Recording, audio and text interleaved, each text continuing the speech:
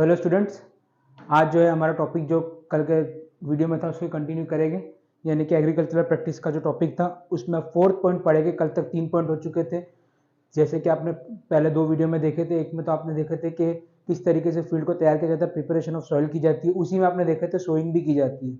कल एक ही टॉपिक हुआ था वीडियो के अंदर जो था फर्टिलाइजर्स के मैन्योर्स के बारे में था, और आज भी एक ही टॉपिक है, इरिगेशन का टॉपिक है 4th वाला। देखिए क्या होता है। सबसे पहले इरिगेशन का मतलब क्या होता है, देखिए डेफिनेशन देखिए इसकी।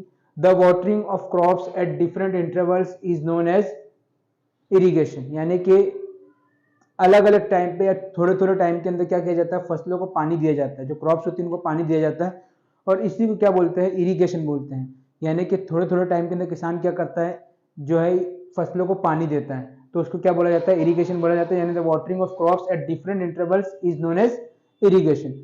तो ये तो इरिगेशन हो गया, यानी कि एक तरीके से आप सीधी लैंग्वेज में बोल रहे हो तो खेतों के अंदर पानी देने को, फसलों को पानी देने को क्या कहा जाता है, इरिगेशन कहा जाता है।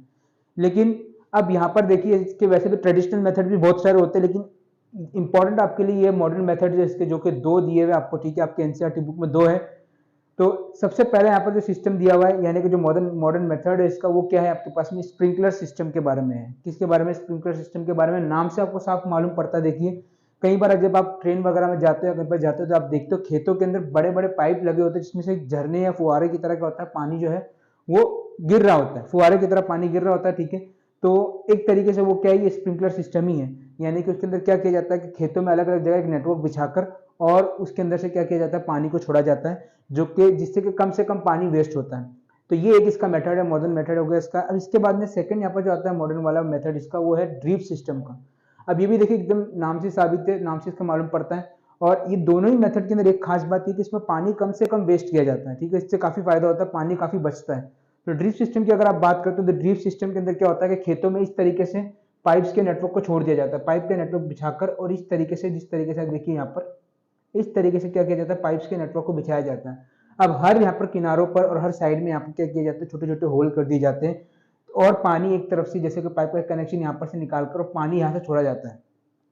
पानी पूरे नेटवर्क में जाता है, ड्रॉप ड्रॉप करके क्या होता है कि फसलों की जड़ तक जाता है डायरेक्ट, ठीक है। कम से कम पानी वेस्ट किया जाता है, सीधा पानी फसलों की जड़ तक ही जाया जाता है।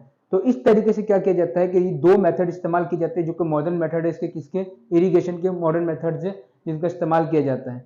इरिगेशन की अगर बात करता हूँ वापस से मैं, तो इरिगेशन का आपको मैं बता दिया यहाँ पर कि टाइम टाइम पर खेतों के अंदर जो पानी दिया जाता है फसलों को, उसको क्या कहा जाता है, इरिगेशन कहा जाता है, जिसके 2 मॉडर्न मेथड है, एक स्प्रिंकलर सिस्टम और एक ड्रिप सिस्टम है। दोनों ही आप अपने आसपास में या खेतों में कभी जाओगे आप तो देखना, आपको दोनों देखने को, दोनों में से किसी एक का कम से कम एक देखने आपको मिल जाएगा। तो इस तरीके से ये जो होता है, इस सिस्टम का इस्तेमाल किया जाता है। तो आज के लिए आपका इतना ही रखते हैं, ठीक है। जैसा कि मैं आपको पहले भी बोला था कि जितना आप कम पार्ट्स में पढ़ोगे उतना आपको क्लियर समझ में आएगा, ठीक है। एक साथ में एक बड़ी वीडियो बनाकर, इससे क्या बच्चे भी कई बार बोर हो जाते हैं।